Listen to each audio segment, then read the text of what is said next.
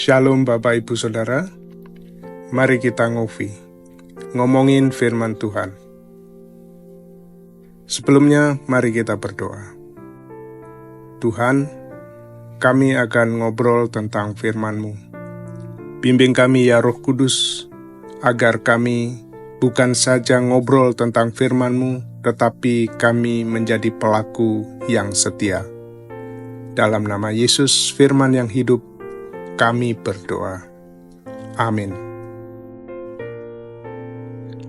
Hari ini kita ngopi dari Yohanes 5 ayat 2. Di Yerusalem dekat pintu gerbang domba, ada sebuah kolam yang dalam bahasa Ibrani disebut Betesda. Ada 5 serambinya. Demikian firman Tuhan, berbahagialah setiap orang yang mendengar dan merenungkannya. Judul renungan hari ini, Menunggu di Betesda. Pernahkah saudara merasa begitu dekat dengan pertolongan Tuhan, namun seperti tidak kunjung terjadi?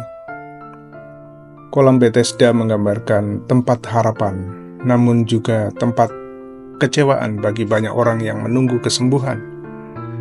Tapi hari itu sesuatu yang berbeda terjadi. Yesus sendiri datang ke sana.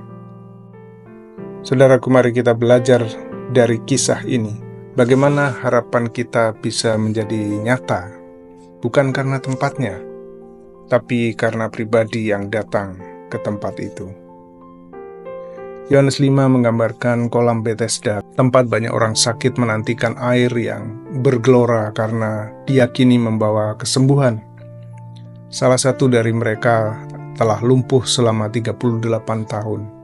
Di tengah kerumunan itu, Yesus datang dan menyembuhkan dia. Bukan melalui kolam, tetapi melalui kuasa firman-Nya. Ayat 2 menjadi awal dari kisah mujizat ini, menandai tempat di mana Tuhan memilih untuk menyatakan belas kasih-Nya. Beberapa poin utama yang dapat kita pelajari dari kisah kesembuhan di kolam Betesda ini. Pertama, Betesda adalah tempat harapan dan penantian. Kolam itu menjadi simbol dari tempat orang menaruh harapan, namun seringkali harus menunggu lama. Banyak dari kita juga punya Betesda dalam hidup kita. Suatu area di mana kita menanti jawaban Tuhan. Yesus datang ke tempat yang terlupakan. Tuhan tidak menjauh dari penderitaan. Ia datang ke tempat di mana orang tidak lagi memiliki pengharapan. Betesda menjadi tempat pilihan Yesus untuk menyatakan kasih karunia. Mukjizat datang dari pribadi, bukan dari tempat orang-orang menanti air bergerak, tetapi hari itu Yesus, sumber air hidup, datang sendiri. Harapan sejati tidak terletak pada metode atau tempat, tapi pada hubungan dengan Kristus. Seorang wanita sudah berdoa bertahun-tahun agar suaminya bertobat. Ia terus mengikuti seminar, berkonsultasi dengan pendeta, dan menunggu perubahan, seperti menanti air kolam bergerak. Sampai suatu saat tanpa acara khusus, suaminya bertanya, "Bolehkah aku ke gereja hari Minggu ini?" Saat itu ia sadar, Tuhan yang datang menyentuh hati suaminya, bukan melalui metode, melalui cara-cara manusia, tetapi lewat kehadirannya yang membuat hatinya lembut.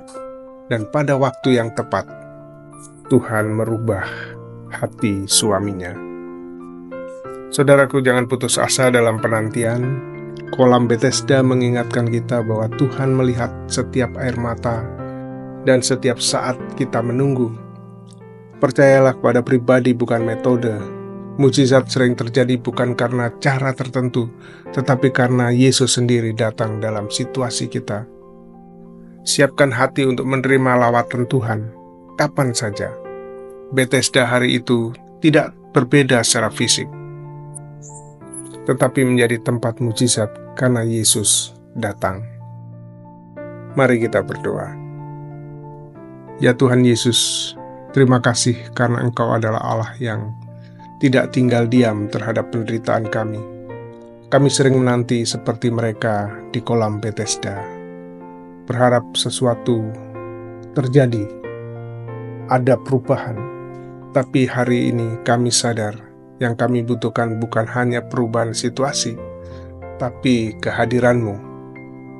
Datanglah ke dalam situasi kami, jamahlah bagian hidup kami yang lumpuh, dan pulihkanlah kami. Di dalam nama Tuhan Yesus yang penuh kasih, kami berdoa. Amin.